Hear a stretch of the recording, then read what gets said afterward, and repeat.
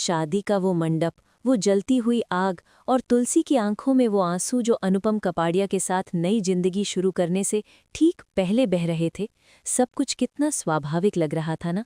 लेकिन असल में वो आंसू और वो तड़प किस्मत का लिखा नहीं, बल्कि शांति निकेतन की दीवारों के पीछे रची गई एक ऐसी खौफनाक साजिश का नतीजा थे, जिसका मास्टरमाइंड कोई दुश्मन नहीं, बल्कि वो औरत थी जिसने मिहिर को जन्म दिया था, सविता वीरानी। आज मैं रेशमा आपको वो सच बताने जा रही हूँ जो कैमरे के लेंस ने कभी रिकॉर्ड नहीं किया, लेकिन फिल्म सिटी के उन पुराने स्टूडियोज़ और मेकअप रूम्स की दीवारों ने सुना है, जहाँ मैं सालों से काम कर रही हूँ। वीरानी परिवार की चकाचौंध के पीछे एक ऐसा अंधेरा था जिसे टीआरपी की दौड़ में दबा दिया गया, लेकिन आज रेशमा टीवी पर उस अंधेरे से पर्दा उठेगा। मिहिर का एक्सीडेंट कोई हादसा नहीं था, वो एक प्री प्लान्ड एग्जिट था, जिसे अंजाम देने के लिए एक माँ ने ममता का सौदा एक दीवानी प्रेमिका के साथ किया था। कहानी को थोड़ा पीछे ले जाकर परखते हैं, उस दौर में जब तुलसी वीरानी खानदान की बहू बनकर आई थी।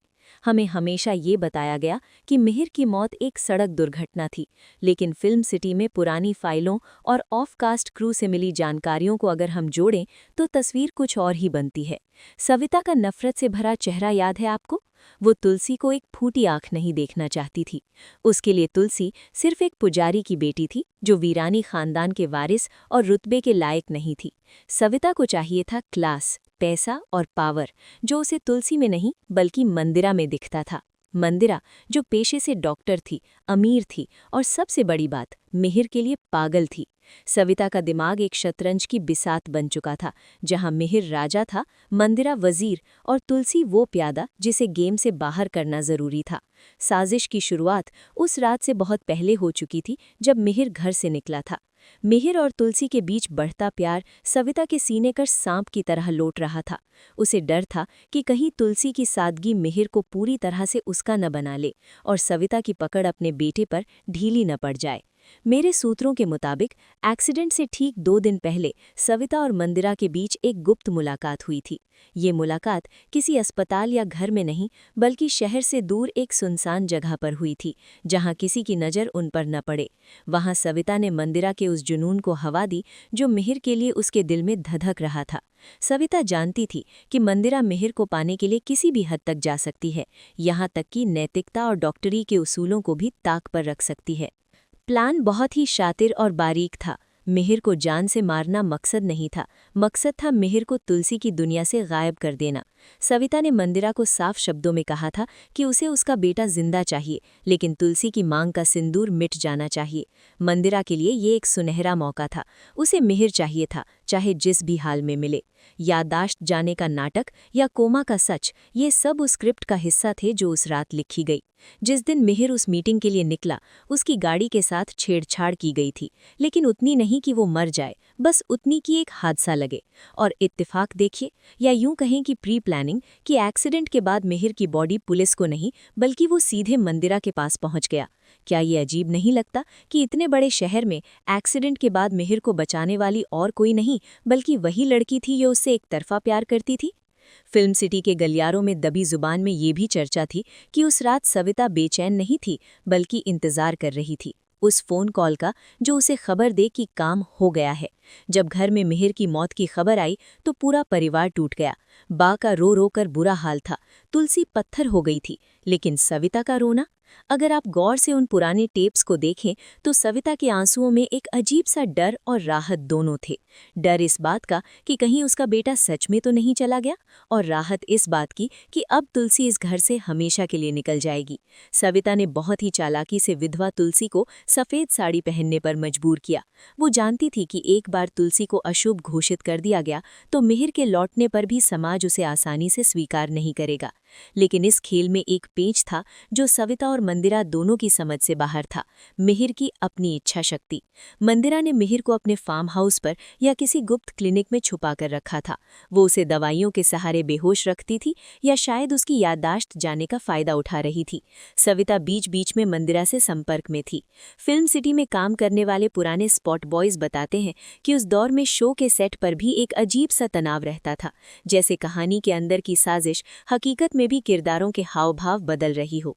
सविता चाहती थी कि तुलसी अनुपम से शादी कर ले, क्यों?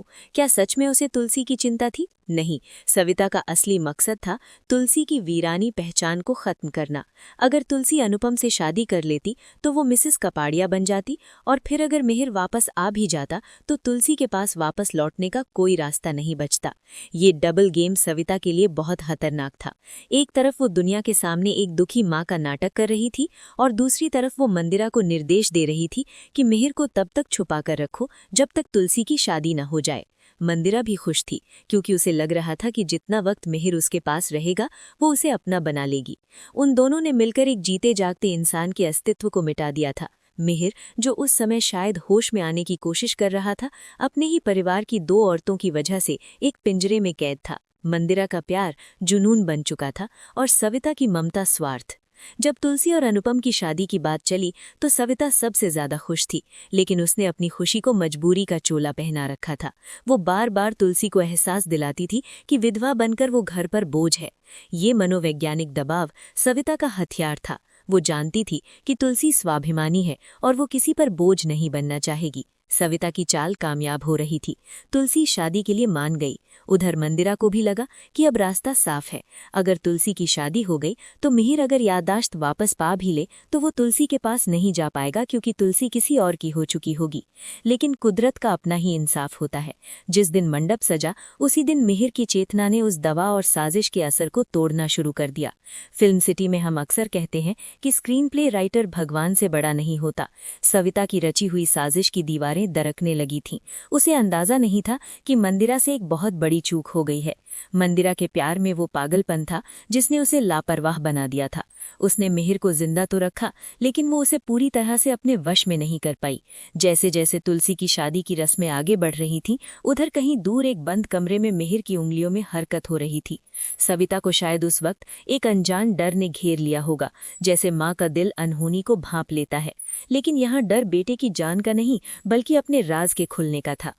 आप कल्पना कीजिए उस वक्त का मंजर, जब सविता मंडप में बैठी होगी। उसकी नजरें बार बार दरवाजे की तरफ नहीं बल्कि तुलसी पर टिकी होंगी, ये सुनिश्चित करने के लिए कि 7 फेरे पूरे हो जाएं।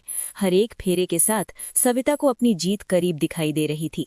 उसे लग रहा था कि उसने तुलसी को अपने बेटे की जिंदगी से हमेशा के लिए काट दिया है।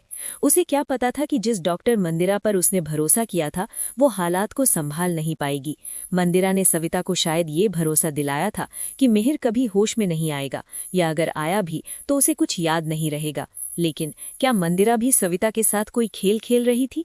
क्या मंदिरा चाहती थी कि मिहिर ठीक ऐन वक्त पर वहां पहुंचे ताकि तमाशा हो और तुलसी खुद ही पीछे हट जाए? ये भी तो हो सकता है कि मंदिरा और सविता के बीच भी अविश्वास की एक खाई थी। इस साजिश की गहराई इतनी ज्यादा थी कि इसने न सिर्फ वीरानी परिवार को नहीं बल्कि अनुपम कपाड़िया की जिंदगी को भी बर्बाद कर दिया। अनुपम, जो एक मोहरा भर था सविता के हाथ में। सविता ने अनुपम की अच्छाई का इस्तेमाल तुलसी को घर से बाहर निकालने के लिए किया। रेशमा टीवी के दर्शकों, आप समझ रहे हैं ना कि ये सिर्फ सास बहू का झगड़ा नहीं था, ये एक पावर स्ट्रगल था। एक माँ जो अपने बेटे पर अपना एकाधिकार चाहती थी, और एक पत्नी जो अपने पति के प्यार के लिए सब कुछ त्यागने को तैयार थी। फिल्म सिटी के पुराने सेट पर आज भी वो कोना मौजूद है जहां मिहिर के लौटने का सीन शूट हुआ था, और विश्वास मानिए वहां खड़े होकर आज भी उस तनाव को महसूस किया जा सकता है। उस दिन हवा में सिर्फ अगरबत्ती की खुशबू नहीं थी, बल्कि धोखे और साजिश की एक महक भी घुली हुई थी।